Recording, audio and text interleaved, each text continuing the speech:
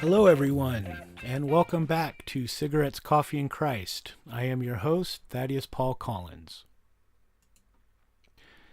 This week, I wanted to get away from the political stuff a little bit and talk about another topic that is dear to me, and that is the relationship between science and Christianity. When I was an atheist, one of my biggest problems with Christianity was that I didn't see it as being compatible with science. I thought they couldn't exist together in the same space, and it took me a long time to realize that that's not really true. I am a Christian, and I do believe most of the current theories about evolution, at least it's how we observe things and how it seems to have played out. I wanted to talk a little bit about the history of when this happened, when the church turned against evolution, because it was not always the case. Darwin first published The Origin of Species in 1859, and it was pretty widely accepted by Christians. It was quickly integrated into the creation doctrine. Asa Gray, he was a professor of natural history at Harvard and also a devout Christian, helped Darwin with the publishing of The Origin of Species. They didn't have the same copyright laws and stuff back then, so Professor Gray helped Darwin protect his work and get it distributed and all that kind of stuff. Another guy we have is B.B. Warfield. He was a theologian at Princeton and a prominent defender of the inspiration of Scripture. He thought Scripture was inspired by God and all that good stuff. And he described himself as a Darwinian of the purest water. The very first response to Darwin's famous book, or the first review, whatever you want to call it, was from an Anglican priest, and it was so positive in tone and such a glowing review that Darwin quoted it for the second edition of the book. This guy was Reverend Charles Kingsley, and on November 18th, 1859, 6 days before the publication of The Origin, he was thanking Darwin for his kind gift of an advance copy, writing that all I have seen of it awes me. He commented that it is just a noble conception of deity to believe that he created primal forms capable of self-development. That kind of goes along with the theory that God just started it and everything took over from there. I don't quite follow that perspective, but we'll get more into that. There's also the British historian James Moore. He wrote that with but a few exceptions, the leading Christian thinkers in Great Britain and America came to terms quite readily with Darwinism and evolution. And then we have the American socialist George Marsden. He reported that with the exception of Harvard's Louise Agassiz, virtually every American Protestant zoologist and botanist accepted some form of evolution by the 1870s.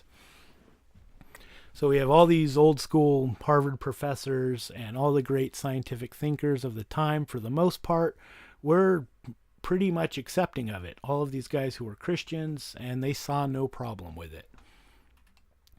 Another misconception, or I don't know if I listed a first misconception, but that Darwin was an atheist, and this was not true. Darwin himself was a deist. When he wrote Origin, he believed in a God who started life at the beginning, but who after that had no direct involvement with it. So again, I don't quite follow that principle, but Darwin was never an atheist. He was a deist. I have a quote here from him from the sixth and very last edition he put out of the book. This was in 1872. So Darwin says, "There is grandeur in this view of life, with its several powers having been originally breathed by the Creator into few forms or into one, and that, whilst this planet has gone cycling on according to the fixed law of gravity, from so simple a beginning, endless forms, most beautiful, most wonderful, have been and are being evolved."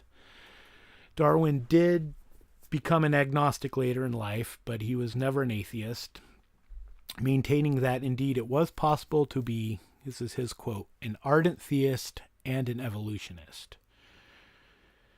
So when it first was published, there was no problem. The theory of evolution was accepted by most all Christians and was just kind of a way to describe and observe how God might have created creatures and what that might have looked like. So what happened? Why did it turn? Where did the switch happen? Everything was fine with Darwin and evolution for like 100 years or more. Why did Christians turn on this part of scientific theory? And I'd like to mention this is specifically American Christians. Evolution is still widely accepted by the Christian community in Europe and in other parts of the world. So this is a pretty localized thing. I think the first thing that happened is what ruins a lot of things is ideologies got a hold of it, mainly atheism. Atheists saw these new theories as a way to kind of back up their anti-God beliefs and write God out of the picture. Even though in all of the original theories, nowhere in the book does it say God wasn't a part of it all. So Christians saw this and they wanted to distance themselves naturally from atheists. So just to be safe, they started turning against the whole theory of evolution. It was basically shanghaied by atheists, and Christians wanted nothing to do with it. So they distanced themselves from it. A second thing that, along with this happening in the early decades of the 20th century, many American Christians started reading biblical texts such as like Genesis 1 through 3 in a highly literal manner, as if it were teaching science rather than theology. And this is a pretty recent development. We're talking in the early 1900s, 1910, 1920. This is when Christian fundamentalism started. And why they started taking this very hardcore literal approach to reading of the Bible, I'm not sure. But that's about when it started. Both of these things came about at the beginning of the 19th century. And this also wasn't always the case. Early Christians like Augustine read Genesis 1 as a theological literary text written in highly figurative language. We have other guys like Origen from the 3rd century. He also had no problems with science. He also read the Bible in a theological sense and not as a scientific manual. We also had Jewish commentators like Philo of Alexandria in the 15th century. These guys all the early church philosophers and thinkers didn't take Genesis as a literal account. And it really did happen, not in my lifetime or your lifetime, but I'm sure we all know people who were alive in the 20s, and that's when it started to shift. So very recent American history was evolution turned on by Christians. And like what I was saying earlier, Darwin had this notion that God kind of started it and everything took over from there. I don't believe that to be the case. Evolution is often described as this completely random, by chance process that brought us to where we are today. And I think it's the opposite. I think it's a process so absolutely precise and so intricate that only God could have done it. That's the main difference when it comes to evolution between me and atheists. Atheists think everything happened perfectly by chance, and I think everything happened perfectly because a perfect being was behind it. I think God was the energy and force and life behind every single mutation, every single success and failure. I think that is all encompassed into the creation of what we have today. So, really tiny difference, but a big one to a lot of people. It's not anything that's quantifiable. I just think the energy force behind every single change and mutation was God. You also get into the finely tuned universe types of thought, and to me it just makes perfect sense. I replace chance with God. So it's not a super big deal. It's not a super big step. I think everything worked out perfectly because it was designed to work out exactly the way it did. So that's not an intelligent design thing. Like I said, I fully think the universe is billions of years old and our planet is billions of years old. But we'll get all into that right now. the other issue, the part of the Bible that was starting to be read literally, and that's the 6 days. Seventh day he rested. So this is the real problem for me, I see, that comes down between science and evolution, is Genesis. That's the biblical account of the creation of the world, and that's where everything gets muddy. So the Genesis account states that the entire universe and all life on Earth and everything was created in 6 days. And like I said before, fundamentalists and Christians in the early 1900s started interpreting this as 6 literal days, literally 144 hours. So I want to get into Genesis a little bit here. Genesis, they think, was written by Moses around 1400, 1450 BC. I'm not 100% on that. I don't think anyone's 100% on that, but that's the general consensus, that Moses wrote it. And young Earth creationists, let's see, they put the age of the universe at 10,000 years. That's everything from inception to today. And I remember when it was less than that. I remember when it was 6,000 to 8,000 you would hear. The universe is, the Earth mainly. The Earth is 6,000 years old. The Earth is 8,000 years old. Excuse me.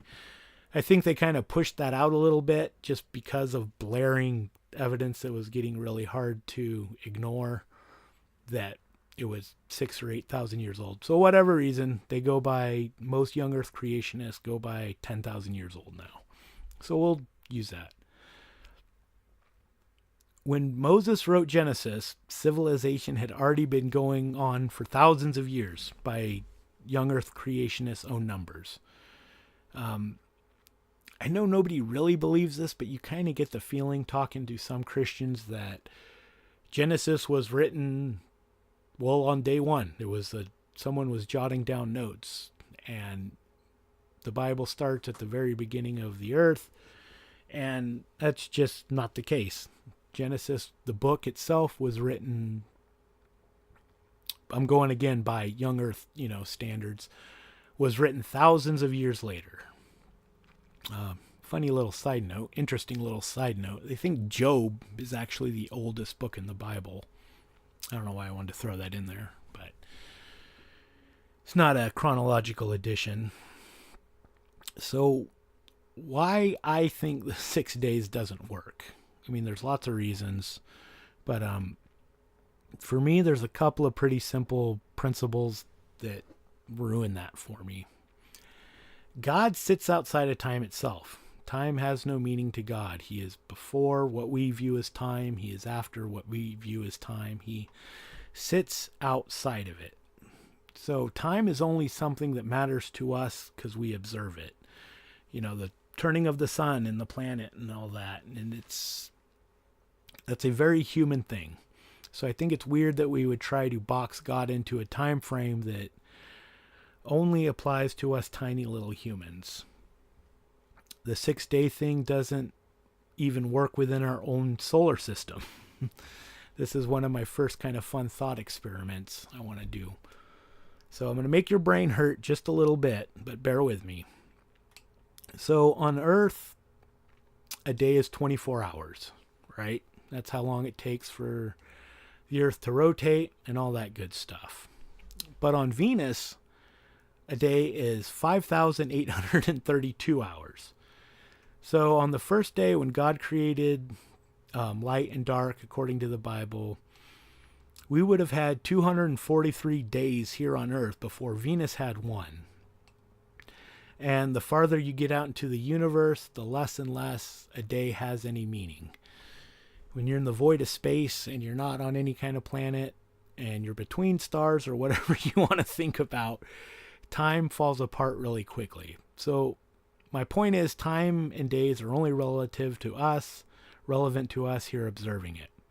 I don't think it has any bearing on God, and it doesn't even hold the same rules within our own neighborhood, within our own solar system. Days are different lengths on different planets. Out in space, time just loses its meaning. So why is it in the Bible then? Why did he give us the 6-day time frame? And I get into this debate, well, is it literal? Is it an allegory? Is it just a parable? And I don't think it's specifically either one of those things. I think it's somewhere in the middle. I think God very literally passed down the message of creation. I think the Genesis account is literally what God wanted Moses to put down. But I know that God is a very, very good communicator. And by this I mean that God knows how to tell us what we need to know when we need to know it. The world at this time was not full of molecular biologists and quantum physicists in 1400 BC, or whenever this account was written. We didn't have astroscientists, and we didn't have chemists, and people didn't know what we know today back then. So if God tried to explain science, the intricacies of how biology works, or how chemistry or DNA and all of these things work, people would not have had any idea what was being said.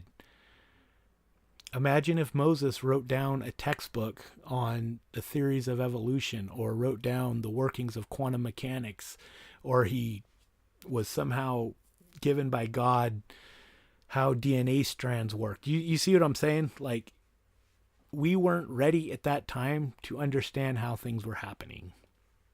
So God gave us this creation story to let us know that God created everything. It took a period of time to do it. Another reason I think the 6 days doesn't work is that I believe God is still creating. I think we still have new creatures being discovered, and the universe around us is changing, and people are changing. So I think this is all God still creating. I don't think he just stopped after 6 days creating life or creating the universe. So if God is still creating to this day, that right there gets rid of the 6 days. It's an ongoing thing. The creation story in the Bible has a lot of common with evolution, if you boil it down. So we have the Big Bang. Both the Bible and science, I say that like it's a specific thing. You know what I'm talking about. Both the Bible and the theories about the creation of the universe started with the Big Bang, with a cataclysmic explosion where everything came into being, all the raw materials shot out of nothing. And these two things are completely compatible. Scientists don't know what caused the Big Bang, and I think it was God. That's my take. Both of these stories start with this cataclysmic explosion of matter into nothingness.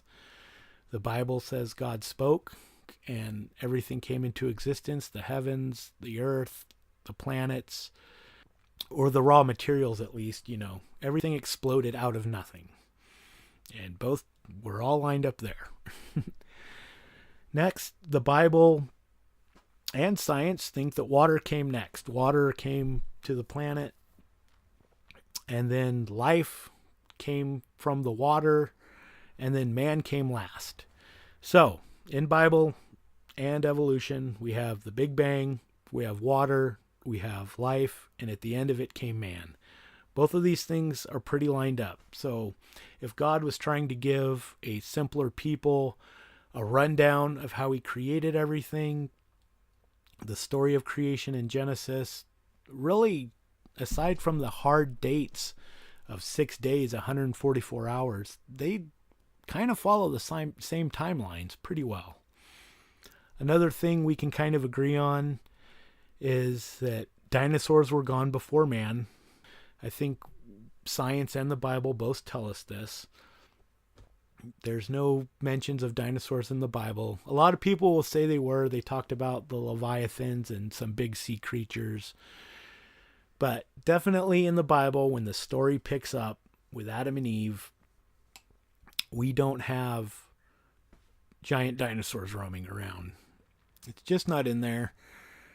So whether God thought it wasn't important to include or not, the fact is, after man arrived on the scene, no dinosaurs. So that's another way that science and the Bible line up just fine.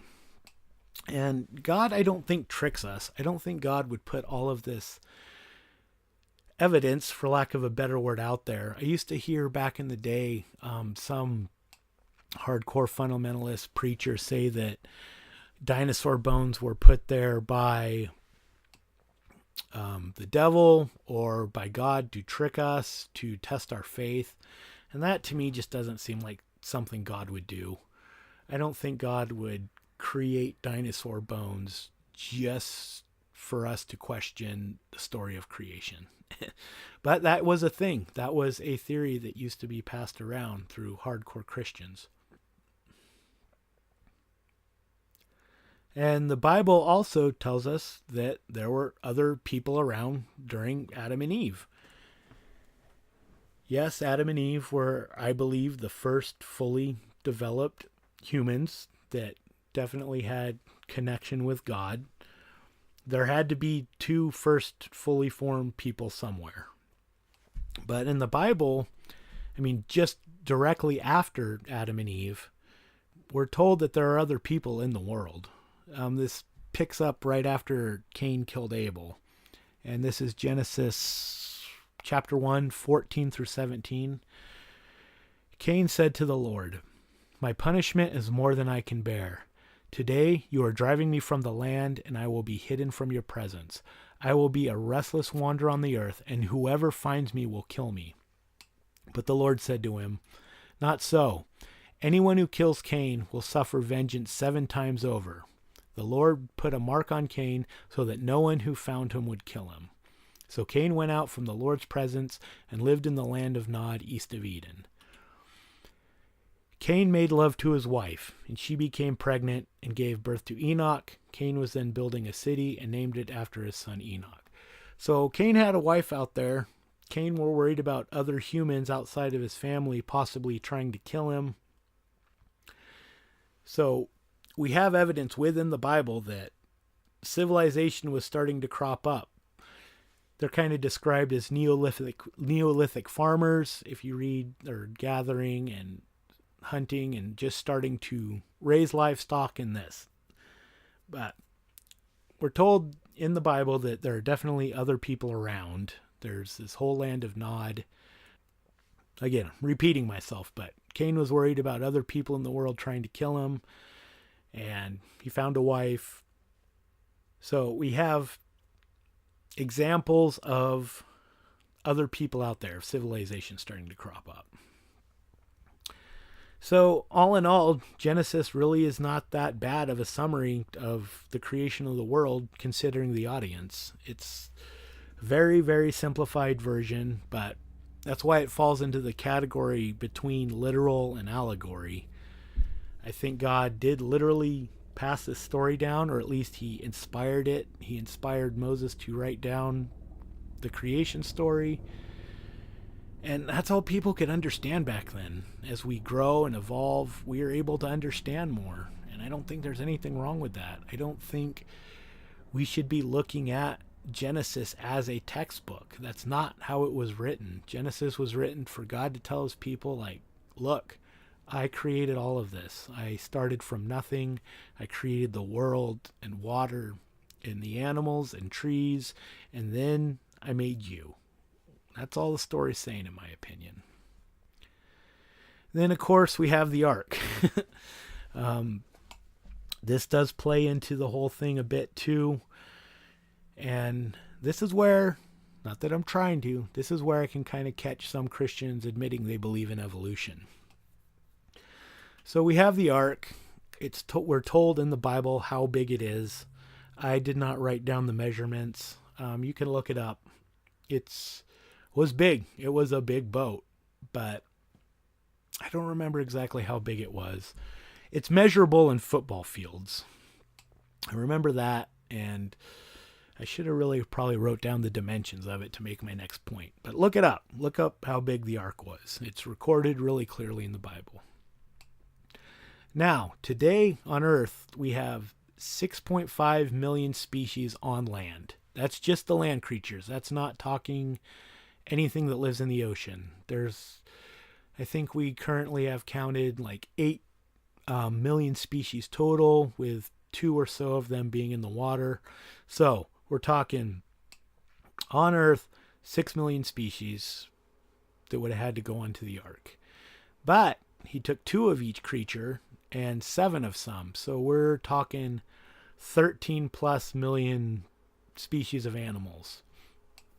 Now, here's where it gets tricky, because as a Christian, you have to believe one of 2 things, given those numbers and the size of the ark. That doesn't line up. There wouldn't have been enough room.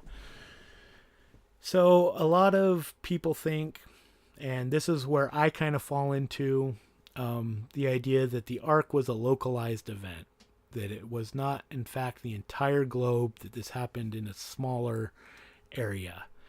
A lot of the words used in the Bible actually can translate into that. The language used at the time was never the entire earth. It can be translated both ways. So I think it was probably a localized event.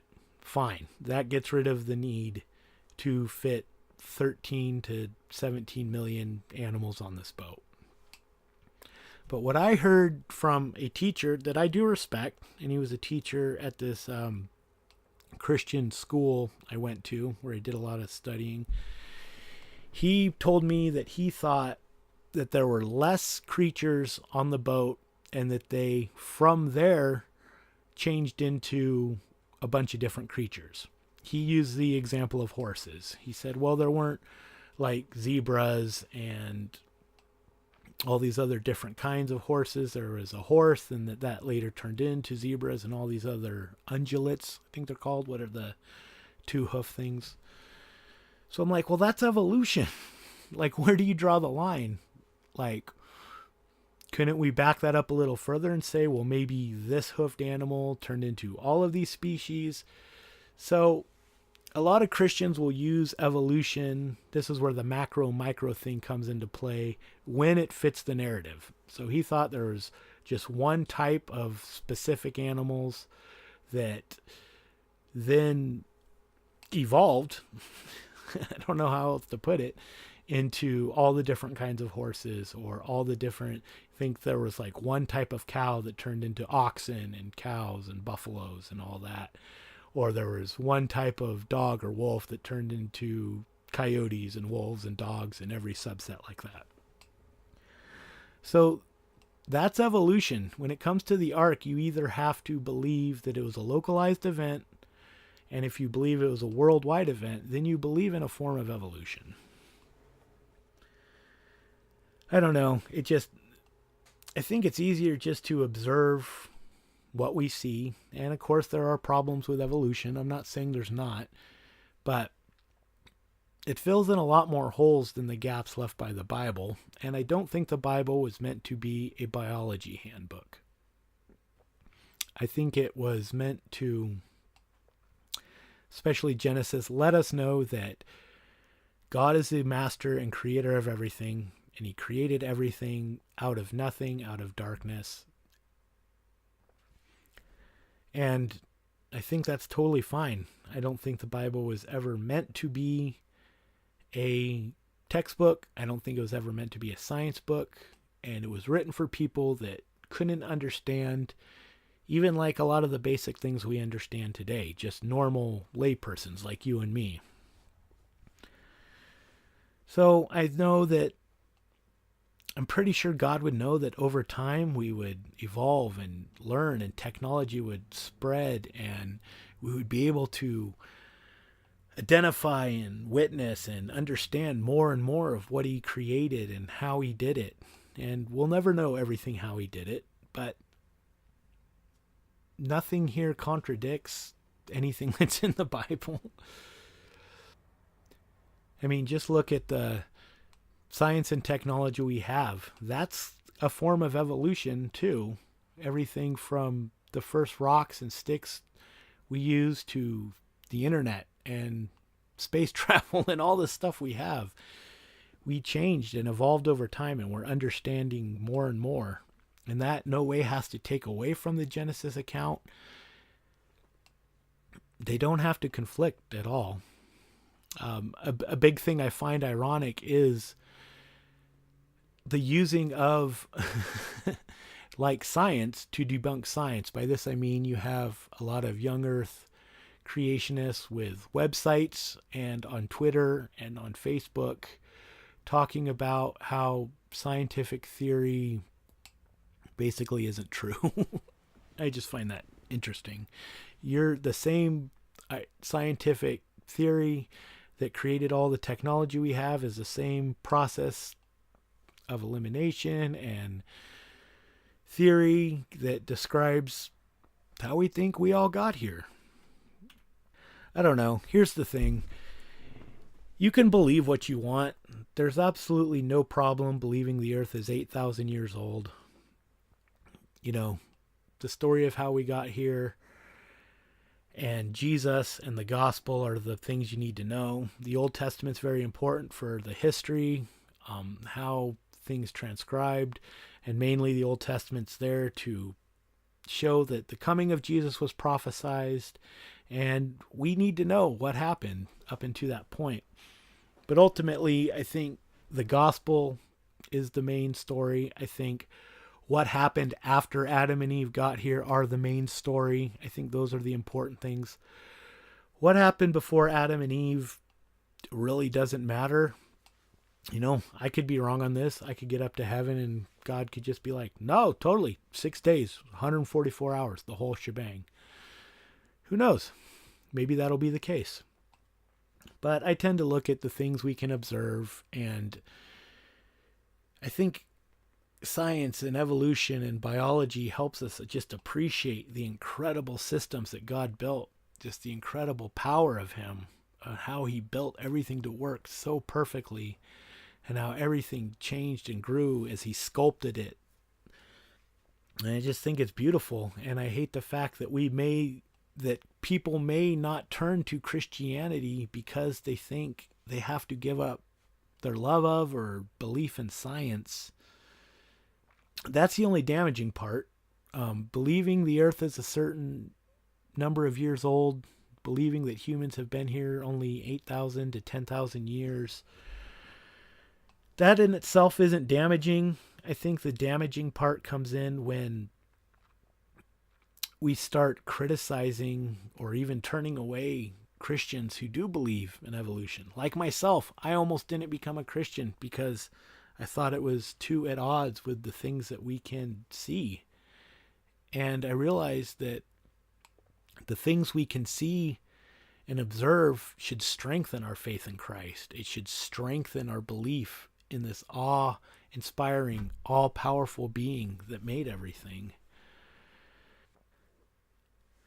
So I think that's about all I have today. I think I made my points. I didn't go super deep into any of these things, but my main point was that you can be a Christian and love God and love science and, you know, comfortably follow aspects of evolution. It's not going to hurt your salvation. To me, makes things more beautiful. It shows the intricacy of how God created things, and it makes, to me, things like evolution and space exploration, and it just makes everything so much more beautiful to me. It makes God's immense power all that more clear to me. And I would just hate to think Christians are being turned away because they're told they can't believe in science or they can't believe in evolution, and it goes against God, and it's hearsay, and it's, you know, I've even people say that the theory of evolution is from the devil and is trying to trick us, and it's just, I don't see that as being the case. I don't think that's true. So I think that about wraps it up again. Thank you guys so much for listening. I hope you heard some maybe interesting things. I hope you can use this to look at things a different way. I hope some of my non-Christian friends listen to this and realize that not all Christians are anti-science, anti-evolution. And I hope some of my Christian friends realize that you can be a fan and you're not going to hell for it. If you guys do like what you hear, I ask you to check out my Patreon. You can find that at patreon.com/cigarettes, coffee, and Christ, all one word. If you want to help keep this going and you want to maybe donate $1 or $2 a month, that would be awesome. If not, I'm just happy to have you guys listening and checking it out. And I love you guys.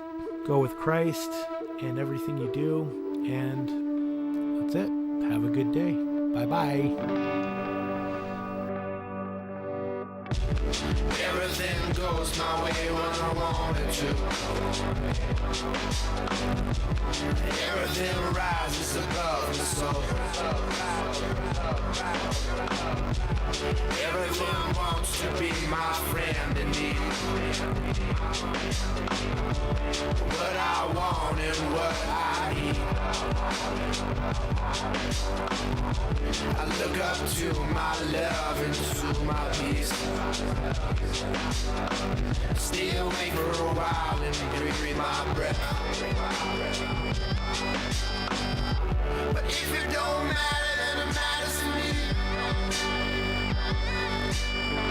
To the edge of space and the bottom of the sea. I only know where to make my home, but never when to stay and when to go.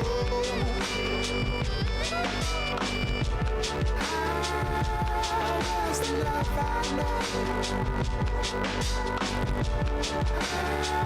I want to know.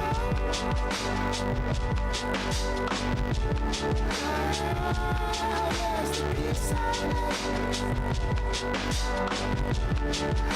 I want to know. So tell me, man, tell me, man, tell me, man, tell me.